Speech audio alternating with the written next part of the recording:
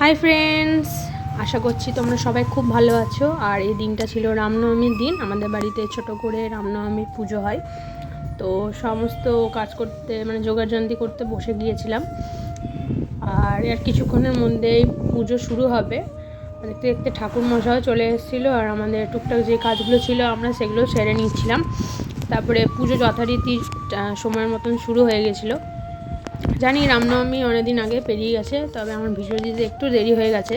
তো তোমাদের যদি ভিডিওটা ভালো লাগে লাইক করো, শেয়ার করো আর কমেন্ট করো। আর যারা নতুন আমার ভিডিও দেখছো তারা প্লিজ পেজটাকে ফলো করে নিও এরকম নতুন নতুন ভিডিও আরও দেখার জন্য।